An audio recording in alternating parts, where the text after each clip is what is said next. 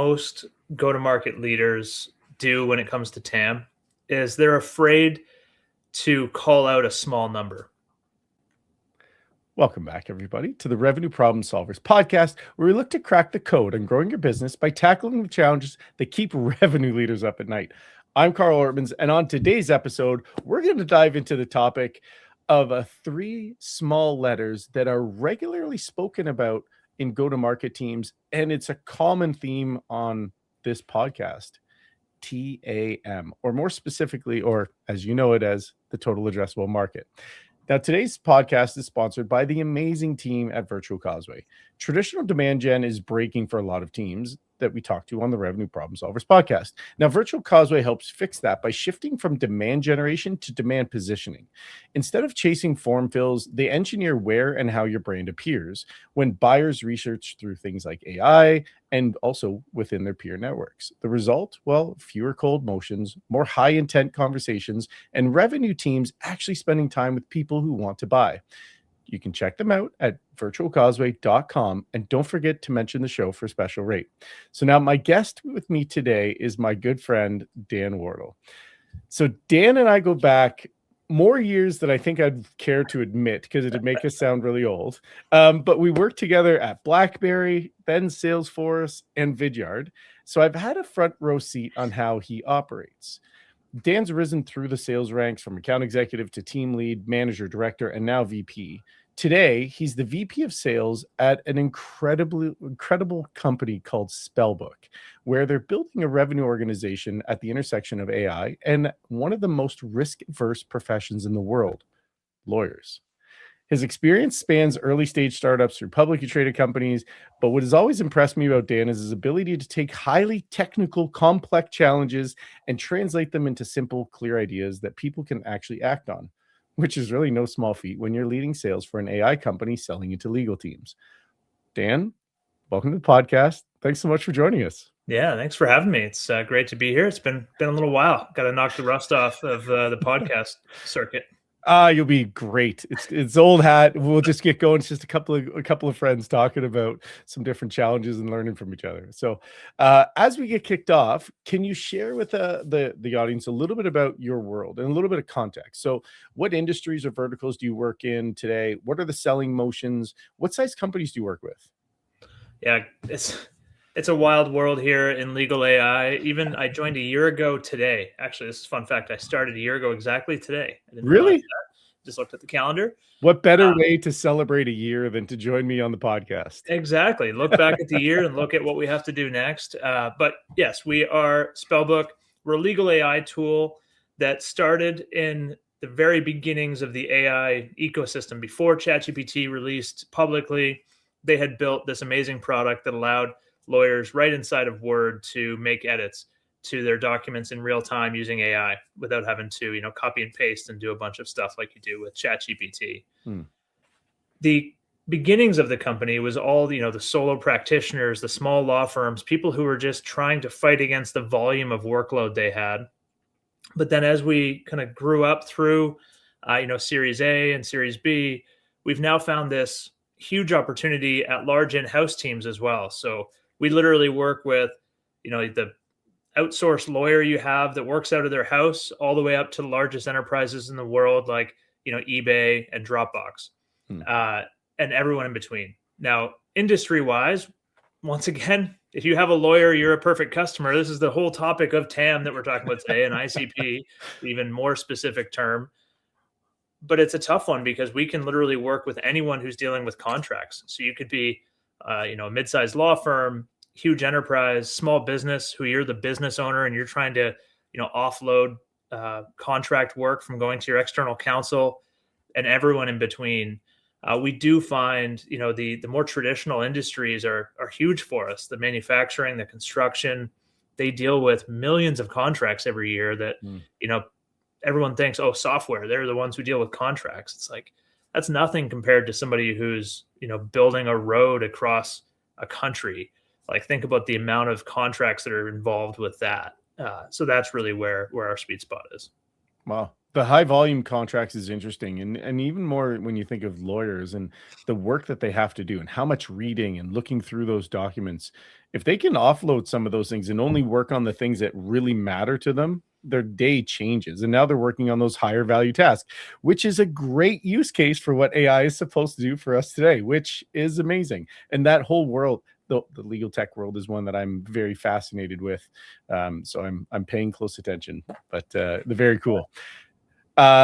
So as we kind of jumped into the topic, and I asked Dan a little bit about, how we got to the topic. I asked him, like I ask everybody, hey, what's a successful revenue initiative you've ever led, or an existing challenge you're trying to solve, or have solved?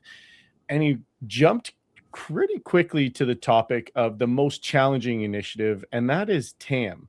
But more specifically, how TAM can create your focus and your growth. So maybe if we jump off there, Dan, you've had the opportunity to sell in a variety of different motions and also with markets, and you've even just listed a whole bunch of them that you're talking to now. How come TAM is one of the most challenging initiatives for any go-to-market leader to solve? I think what most go-to-market leaders do when it comes to TAM is they're afraid to call out a small number. They say, you know what? No, our product can work for anyone. And I realize that's what I just said during the preamble, but it's actually true here. Whereas at other companies I've worked at, that's not the case. You have to be realistic with yourself of who is your actual TAM, who actually will get value from your product. And then within that, who's your ideal customer profile that is like the nucleus of that TAM that you actually believe should use your tool and will get value from your tool. And everyone's like, oh, our TAM is $1 trillion. You're like, okay, but like, is it really? So my last company, we sold to e-commerce, and you could say e-commerce is huge. Think about how much e-commerce there is in the world. But when you actually started to dig into it, the product itself only drove value if you had above a certain level of traffic on your website. So now that gets you a little narrower. And then within that, it was an English-based tool. So kind of excluded a lot of Asia Pacific accounts, and then, didn't work with certain e-commerce websites. And so now that gets down further. And so you could argue that that's ICP versus TAM, but if your tool does not fundamentally work, then that's not your TAM. That's not your addressable market. You would need to create a new product for that, which, I think is a unique problem. And so why it comes down to being a difficult problem to solve is GTM leaders always want to believe we can sell to anyone. But as a GTM leader, even though my title is VP of sales, my goal is to grow the company. And if I'm selling to customers that aren't going to retain, that aren't going to get value from our tool, that's not going to grow the company. Next year, they're all going to churn, even if I do close them. And then we're back to square one. And so that's really the biggest problem from a GTM leader, is taking that step back and thinking, not only as a GTM leader, but as a business leader, how am I going to grow this company successfully by focusing in on the right TAM? When you start to scale, that's where the focus really comes in. Now, you could argue, I think you could argue both ways. If you're just starting out, who is because you've got the traditional, you got the TAM, then you have the SAM, and then you have the SOM, right? And what is it? There's something like, what is the metric? It's like 4% of your buyers are in market available to buy today. And when you start early on, and heck, if we go back to even Vidyard days, like it was video for marketers that they could actually get actionable insights where they can do something with their video content. And we were selling to everybody. Now, the types of people that wanted to use the platform, we had to dismiss at times because it broke the rules of what type of content was on there. But at that time, we were sort of opened up to so many things. But then we started to become more specific into the marketing automation platforms, and the Eloquas of the world started, right? Like, so we said, oh, well, there's a clue. Companies that are using marketing automation, and specifically Eloqua, spend a certain dollar of value. Oh, and we connected to, oh, those companies are also using video, and they're also becoming leading edge. So all of a sudden we put a bigger focus into a smaller subset of TAM to try to grow that and say, well, let's really focus here. And so there's, as much as we were going wide, we were also kind of picking and targeting at a smaller amounts. And so I guess I'll ask the question. I'm giving a little bit of context, but early on companies, when you start to launch, do you see that as a potential mistake or an actual benefit for them to become so focused on one niche, if I'll call it a niche of the TAM, so that they grow that before they jump to the next one? Yeah, it's a great question. I think early days, you should open the aperture as much as you can because you don't know what you don't know yet. And so I'm talking really early days. So even Spellbook 2023, they launched, they had this huge waiting list. This is when I first met them. And they were, letting people in slowly to make sure that like we gave good customer experience to every user who got in through the waiting list.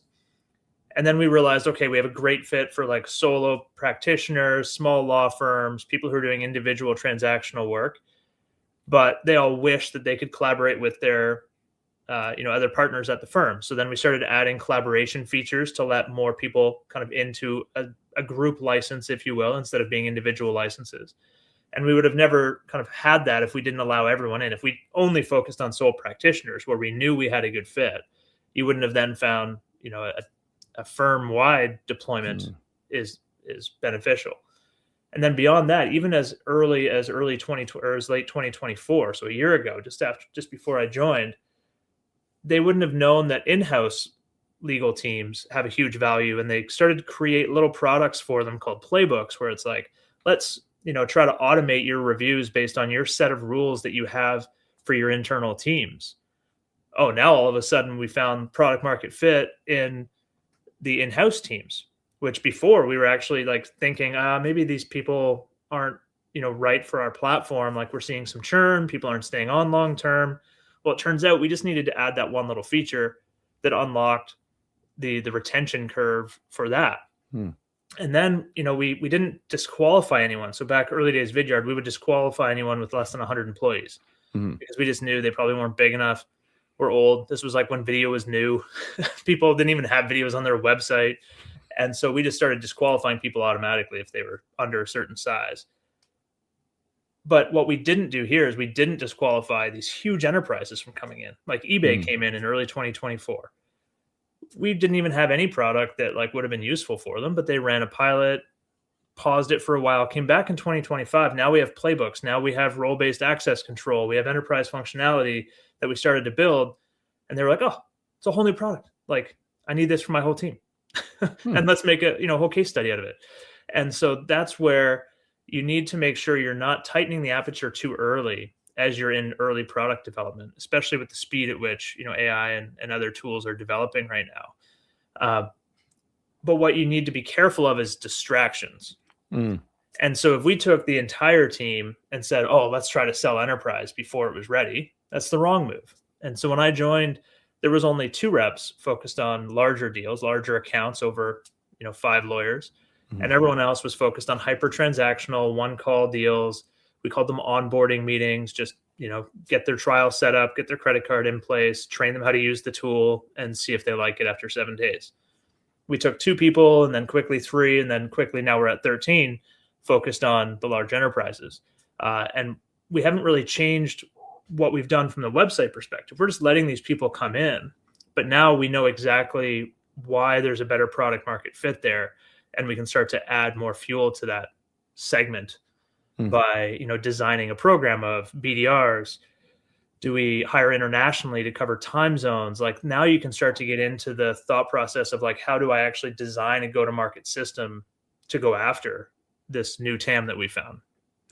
I like how you call that out because I call it chasing shiny things, right? Because so it's like, can you get distracted of going down a path? I've been part of some groups where, hey, there's a customer over there and it looks like they've done amazing things. Can we target them? And it was like, no. We'll never do anything that we're doing for them ever again. Well, how come? Oh, it's too complex and we do all this custom code, whatever it is. Okay, well, what about that thing? Oh, no, we're never doing that again. So it's like early on, you can get distracted of chasing shiny things. Either, like you said, the eBay is a great example. You could have easily chased them and to try to get them to answer all the questions and you build a custom solution for them. But then have you locked yourself into that solution without actually looking at the total addressable market? And like you said about trying to define product market fit. Mark Roberge was on recently, and we talked a little bit about product market fit. And he said, but what is product market fit? So maybe asking you that question of like, when you started to look at like, when did you say that we had a product market fit and we're going to go after it? Was it dollar value? Was it number of customers or number of users? Like, what was your definition of product market fit to define the TAM? Yeah. So for me, it was actually usage and retention. Hmm. Nothing to do with the TAM or the close rates or the average deal size or anything. Like, we focus on customer value. And so because we were 90% month to month business back then, as we were selling these in-house teams, we could quickly see, did they continue to subscribe each month? Because it's their choice. They could just click cancel whenever they wanted. Right. And so you're able to see a direct line in our retention curves. As soon as we launched the playbooks functionality and allowed all these in-house teams to develop their rules, the retention just went whoop, right back up and was like super in the green above law firms even. So then you're like, okay, there's a clear like need. There's a visceral reaction to the product where they will not allow it out of their hands. And we do a quarterly survey as well that says like, what would you do if you no longer had access to Spellbook? Mm-hmm. And, there's that typical NPS rating, but it's like on a funny side where it's like, fight someone if somebody took it away. And like, that's our barometer. Like, if you're not willing to fight somebody for having it taken away, like, you must not be that passionate about the product. Mm-hmm. What can we do better? What can we build to make sure that this is a part of your life moving forward? And so that's how we identify product market fit is, as we let people into the tool and give people access, if they're not using it every day, if they're not accepting the red lines we suggest at like an 80% ratio, then clearly we're not helping them on their day-to-day, because otherwise, like, they're doing contracts every day. So why aren't they using the tool? So we're constantly monitoring that usage curve, whether it's DAO mouse, a daily active divided by monthly, or just daily active in general. And then the acceptance rate on all the suggestions we're making. And that's what really then, it's not only do they keep paying us, it's that they're loving the tool.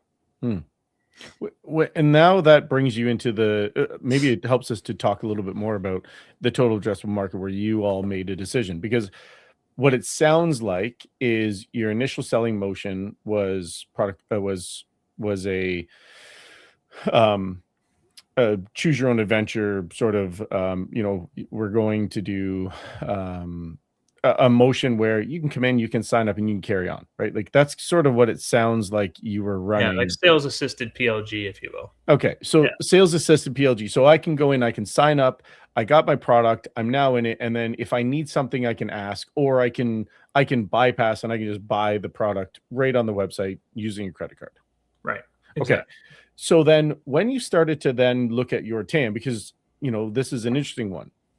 Every lawyer in the world could potentially use our product, but that's not what I heard you say early on. You said the ones that have a huge volume workload are the ones that are better suited for your tool.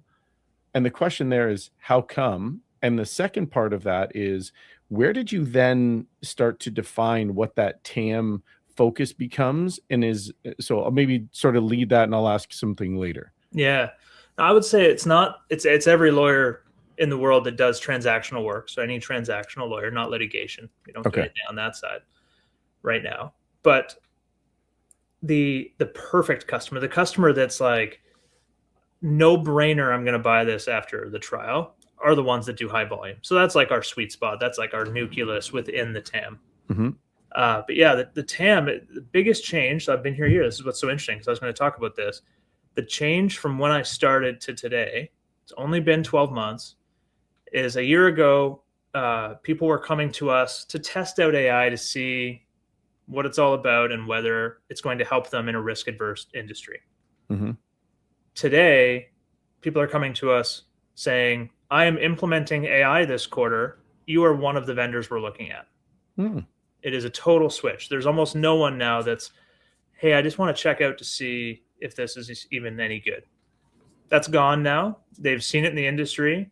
It is now the GTM issue we have now is, how can we ensure that we grow the team and get in front of the TAM as fast as possible, because they are all choosing their partners this year. And, we don't want to be the incumbent next year. We want to be the incumbent. We want to be their partner Yeah. of choice. And so now it's, how do we get speed to market without getting really spammy?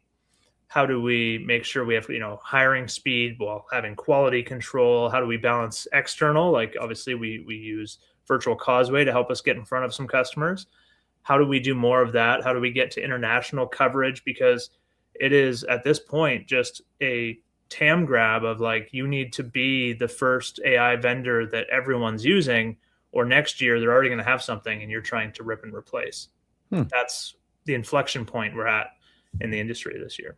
And because it's moving so fast, the question is like, for a lot of lawyers, do they know what they know, or do they don't know what they don't know? Of like, I would like to offset this, and maybe I start to mess around in pick your LLM of choice, your ChatGPT, your Claude, or whatever, your Perplexity, and like you start asking questions, and now whatever surfaces up, oh, maybe I'll look into them.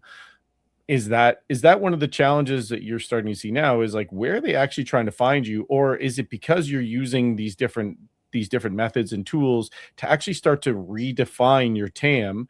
Because the other thing you said, I think I heard you say earlier, is it's specific inside a word. So if I'm using Google Docs, well, you know what? My TAM just, instead of it being this big, well, now I've just naturally reduced my TAM. So I'm not chasing shiny things of like, oh, but for sake of easy discussion, I don't know the answer to this, but Google maybe is only using Google Docs. They're not using Microsoft as their technology. So Google would be a great account, but you know what? That's not something we're focused on. It's the lawyers that we want to work with are specific here. So is that really becoming the challenge of really starting to narrow and saying, we're going to distract, like there's a lot of noise, but we're going to stay focused on the core concept, so we're not chasing shiny things, and then you're building that muscle up quickly?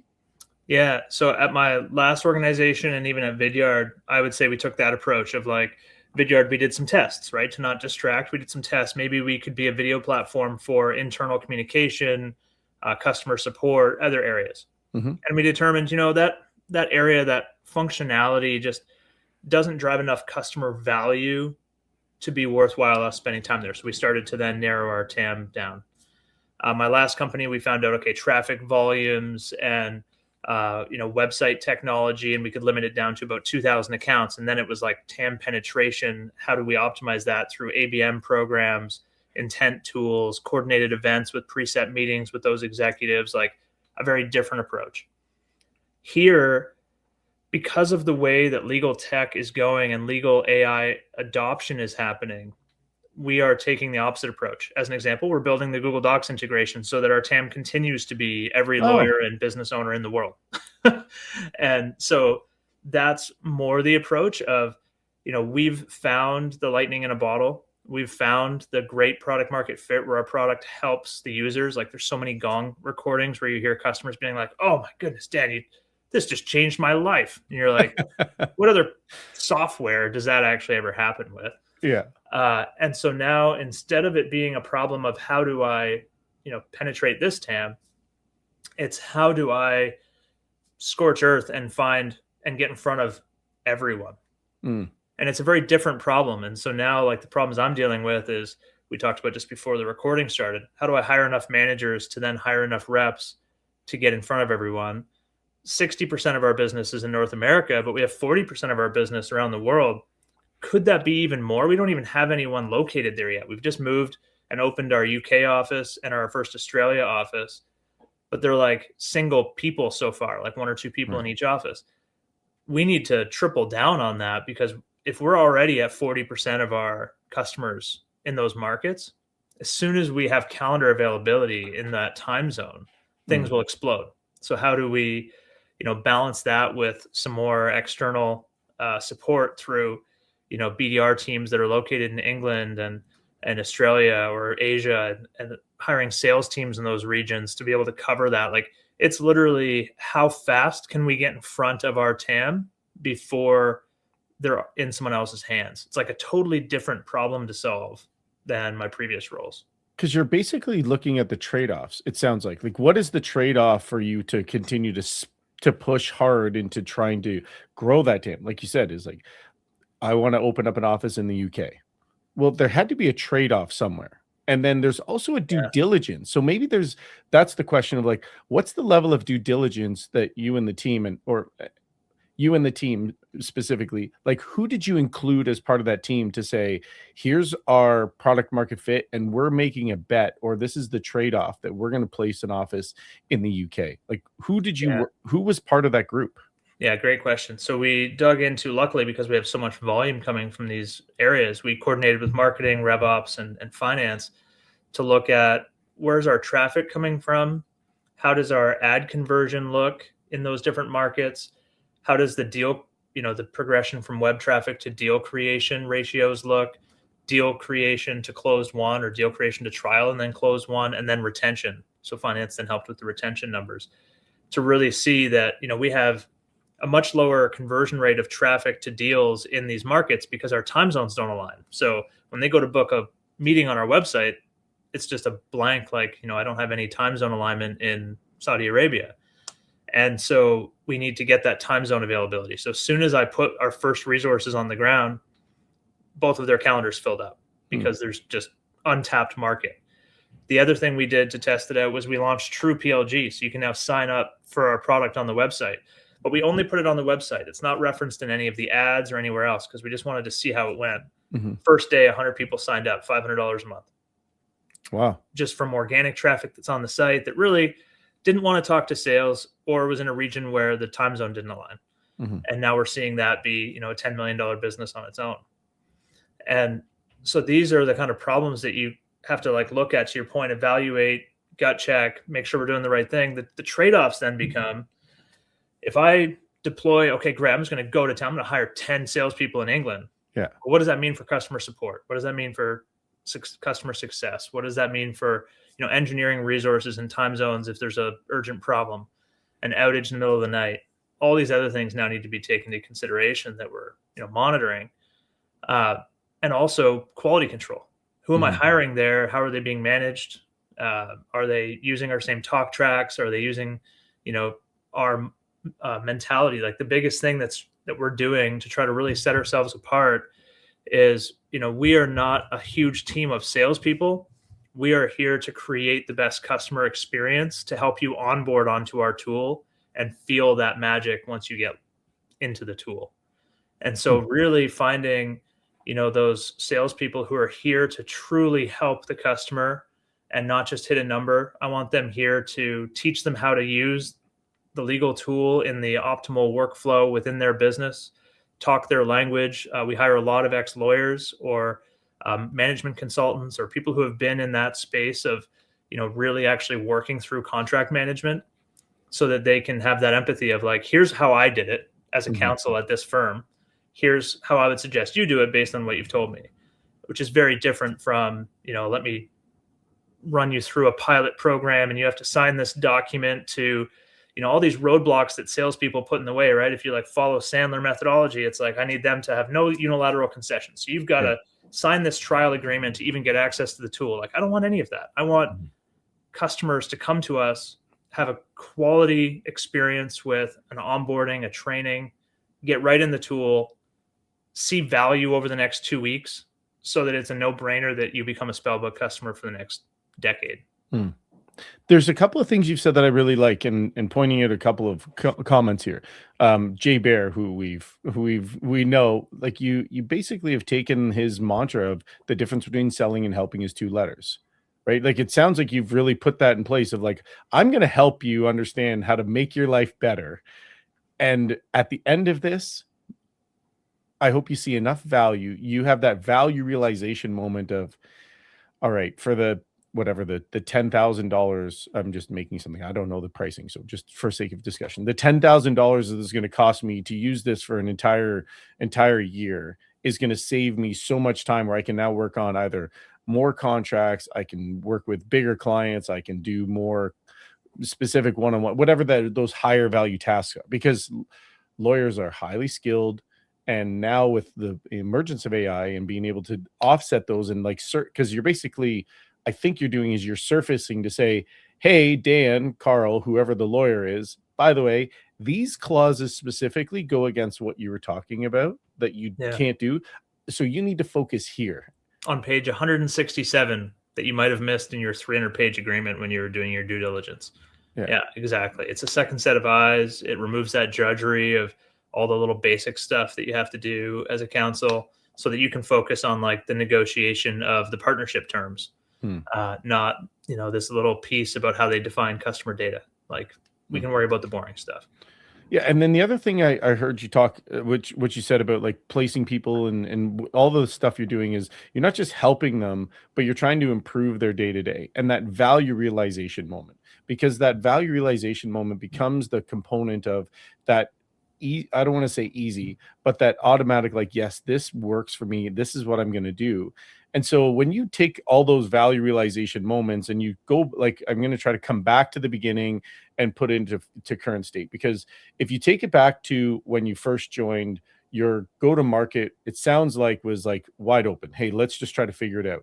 But now what I'm hearing is you're going into, okay, we're really going to focus on the customers, the best ones that we can work with. The center of the bullseye are those ones that have a high value realization, but they're more specifically, is maybe I'm hearing it incorrectly, the ones that do a lot of contracts, a high volume of contracts, because we can offset their days for them to do other things. So it sounds like you're naturally closing in on your total addressable market, where it's a natural bullseye. Now you might have those, you also have those outer rings of like, okay, we can also help you, but you're a vertical adjacent or a target adjacent. You're just on the out. You're not the clear bullseye. I would say probably the added to that is we've created specialists within the team to address each separate circle. So we've got, a team dedicated to small law firms and solo practitioners. They know what those folks go through day to day, which is very different from a small business in-house team that might only have one or two counsels and they just get flooded at quarter end. We all know that pain. So how are we helping them? So that's another team we have. And then we have kind of the mid-market enterprise team that's focused on, you might have 20 counsels. How does that flow through? Who has to approve it? Maybe you need what we have called green light, where like sales leadership can actually do some of the red line responsing first and then submit the final pieces for approval. And then you get into the enterprise workflows and the enterprise team that, deals with the eBays and McCain's of the world of like, how am I going to help, a 300-person counsel team flow through these agreements, and each team is a bit different and, bespoke training. And so that's really how we focused it, is not necessarily how many contracts you've did, because you might only work on 3 a month, but they're hyper important and you need a co-pilot to really help you review the tool. But definitely like the no-brainer customers are the ones. We have one customer that told us they do 450,000 contracts a year, and they have 450,000. Yeah, and they have 6 counsels. So they're like, only these ones are getting actually reviewed. And so do you have a tool that can mass review these ones? And we're like, yeah, we got that. Because like they can't do that. That's impossible. I can't even try to do the math in my head of how many you'd have to do in the course of a day just to try to get through that as a workload. Exactly. But so you also brought up something that I'd like to ask you about, especially on the product market fit. As you start to build the team, are you a believer of segmentation or verticalization, or is there a combination that you really like to focus on? Completely company dependent. I'm a fan of both, depending on the company. Okay. So here, our segmentation is more like a law firm versus in-house. Okay. Pretty firm verticalization. But within in-house, there's not really a difference if you're, a large-scale manufacturing versus a large-scale software company. You're dealing with contracts in a similar way. So we haven't specialized in that way. Whereas in previous companies, I've definitely like specialized based on the vertical that you're playing in, because you need to be an expert in like financial services versus software. Here, you're a legal counsel. Doesn't matter what vertical you're in, you're reviewing contracts. And so it is very similar.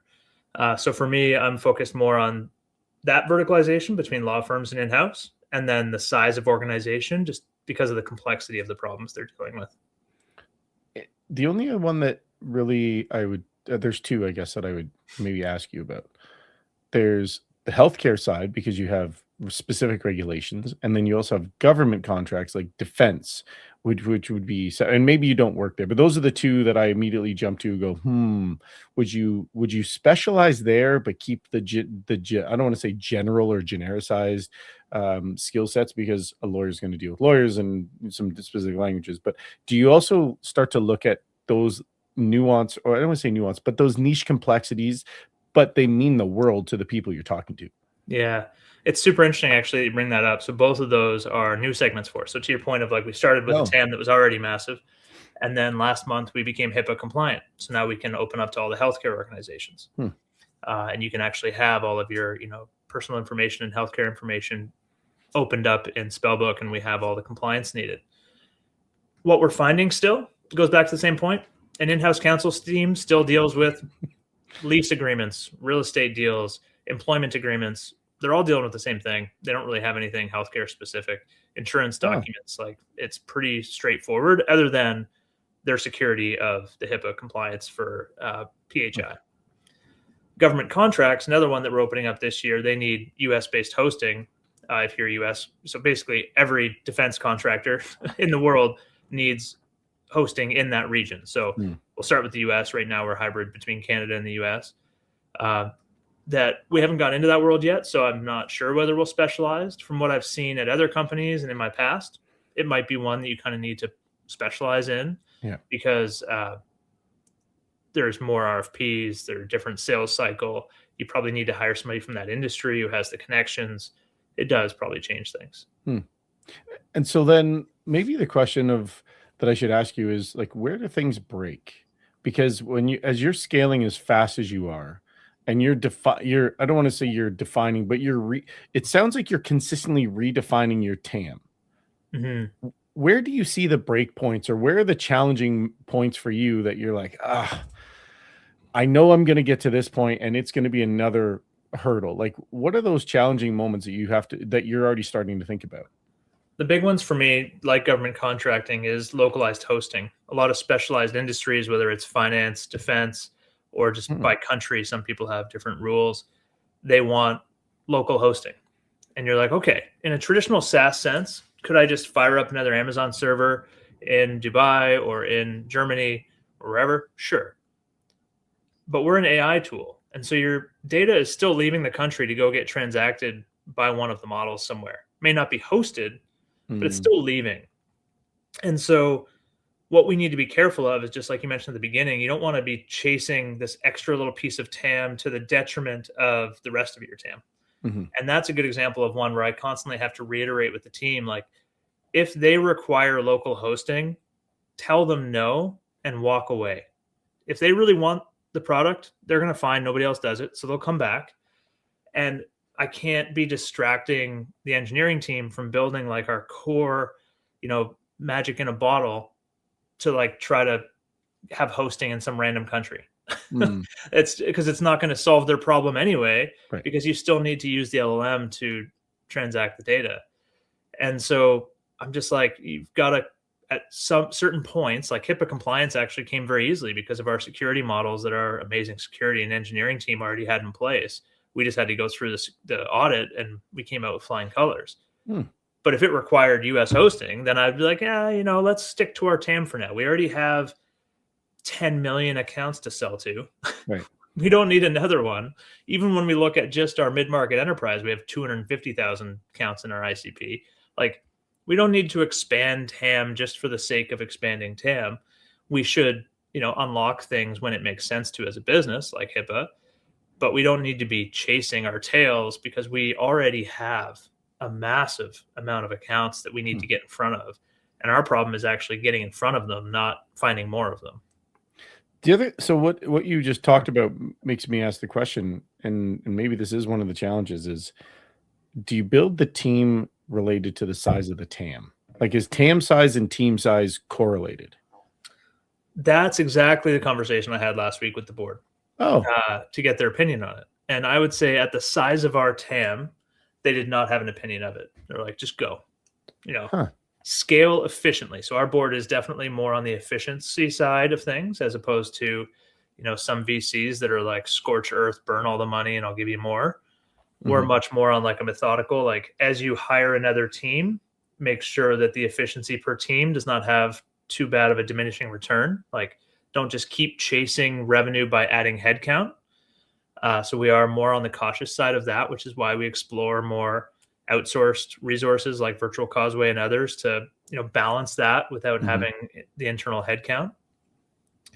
The other side of that, though, is if you don't have a huge TAM, you definitely need to watch your headcount to TAM ratio. So my last company, like I kind of knew every 90 days we're going to go through the TAM from an outbound perspective, and therefore I only need this many BDRs, and therefore I only need this many AEs because I can only possibly have this many accounts in sales addressable market and sales ready market, because some e-commerce are going bankrupt, some are already customers, some churned in the last year, some have a competitor renewal up next year. Like you have to know those metrics if you have a smaller TAM. Mm-hmm. And if you have a bigger TAM and you have a $1 billion business already and you have 10,000 reps like Salesforce, yeah, sure, you need to monitor that too. But Right. at our scale right now, it's more how fast can we get there while keeping the quality, while keeping the the time zones in mind, the customer experience in mind. Like that's more my concern, is like not outpacing our quality metrics. That makes a lot of sense. David Boyce was on recently from, he's one of the EVPs for Winning by Design. And one of the things that we got on a little bit of a tangent, but he did talk about those AI companies. And one of the things is efficiency, because how profitable, like revenue per head count, how impressive is that? So like the go fast, like go as fast as you can, but as smartly as you can, because the days, I don't want to say, I don't know, maybe I'm speaking out of turn. Long gone are the days of growth at all costs. Right Exactly. now we have to go, okay, is this sustainable? And especially with the pace that AI is bringing up, that whole market and that TAM and that focus is going to showcase very quickly. And even like we were talking about before, Hopin is a great example, raised a ton of money, thought they had a big one, and then it shrunk very quickly, right? So the question, and then we're not going to dive into all the metrics, but then an example of like, oh, there's a big amount of money being invested because we believe that there's a huge amount of money and to go after, and if it doesn't land, then are your efficiency metrics off the charts in a good way or in a bad way? And if they're in a bad way, well then, did you make the right decision? And I think that goes back into one of the challenges that this whole thing when you're going in growth is define your TAM and what is that specifically. So you're not chasing shiny things, but you're focused on helping those right people, because that value realization, the churn monster is real. Yeah. And Like I what think, if, a year ago I just hired 20 enterprise reps just because like the old model of like, let's just throw bodies at it and see what comes out of it, probably wouldn't have produced any more revenue and we would have burned a ton of money. right. Instead, we did 10 people. We proved out that they can ramp over 5 months, that everyone's hitting quota, and we know exactly how many leads everyone needs. So now I can go to 20 with confidence of exactly how that team's going to perform this year. Both are good options. If your VC is willing to give you unlimited money, do the first option. But personally, I would rather build a quality team that feels like we're supporting them, that's not always scared of layoffs. Like we are building a team that everyone is hitting quota while still growing at exponential rates. That is one of the best parts of it, is you're building teams smartly and predictably, because now you can build your system to say, if we add somebody here, this is what we require, this is going to be the output, and this is when we see the payoff happen, instead of just, well, let's Let's give it a try. Exactly. yeah, that if you've ever been in the automation world, they go, just give me your, like, they stick their finger in their mouth and they go, what's this number? I'm like, what is this number? Like, oh, the finger in the air, just give me sort of a roundabout way. What's the ballpark ROI? Yeah, like it's very different. That's not the thing, but it's great to hear you're building your system. I just looked at the time and we're going to run out, not to take you longer than we need to, because this has been a lot of fun. I think we could be talking for many hours, but at the end, I try to ask everybody this, of like, everybody likes new and nobody likes different, and doing both at the same time can either cause friction or uncertainty.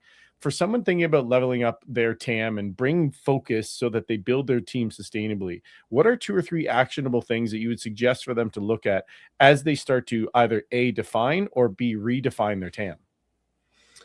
Oh, that's an interesting one. Like I'm a big fan of tests. And so like we're doing right now with England and Australia, like it was a completely random test. I said we did all this data work, and we did, to make sure that we weren't sending somebody to, off on an island, literally. But it was a quick turnaround. we made the decision. 2 weeks later, she started in Australia, made the other decision. 3 weeks later, he started in Scotland. And now we're seeing the results. Like, do those tests. And whenever possible, do tests with 2 people so that you know it's the test or the person. Because, you could always second guess yourself. If you send one person, it doesn't work. You're like, oh, no, that TAM sucks. Like, well, maybe it's not. Maybe the person. So always send 2 so that you can get an accurate measure of the test. It costs more, but in the long run, it's the way to do it. I like that, because you're effectively doing an A/B test, right? You're looking at the different skills and the successes, because sometimes it could be, we've seen it, a bluebird. Hey, I got 5 bluebirds, and then after that, there's nothing. Exactly. Yeah, that's the other thing too, is like, watch for the early success. It might just be some low-hanging fruit that was just waiting for you, and you got lucky. So always watch that second quarter. Nice. Very cool. Hey, Dan, if people want to talk to you or kind of learn a little bit more, where would you suggest they connect with you? Yeah, I pretty much post everything on LinkedIn. I always try to repost things from our company as well in the industry. So always happy to share on there. Nice. Yeah, he's got a lot of cool stuff that's happening. So, hey, we've been friends and teammates for many years, and like I say, we've probably grown some gray hairs together. But I've had a chance to have a shotgun seat to see your skill set growth, and always making time for us to connect and catch up and learn from each other, which has been a lot of fun. I'm grateful to have been part, or continue to be part, of your journey, and always cheering you on and supporting supporting you and how I can. So thank you for doing this with me today, and I definitely appreciate our friendship. Yeah, it's been great. It's the big scary 20-year number that you're afraid to say. Is it 20 years? It probably is. Yeah, that's when over 20 years ago we were at BlackBerry. So well, see, there you go. That you can't buy experience, you just have to live it. So exactly. That's going to wrap up another episode of the Revenue Problem Solvers podcast. I want to thank Dan for sharing these invaluable insights. There's some strategy you can put into action tomorrow. Remember, success leaves clues, and every revenue problem has a solution. Sometimes you just need the right conversation to find it. Until next time, it's Carl with Revenue Problem Solvers, helping you turn your obstacles into opportunities. Thank you for investing time with us today. We'll see you in the next episode. See you, everybody.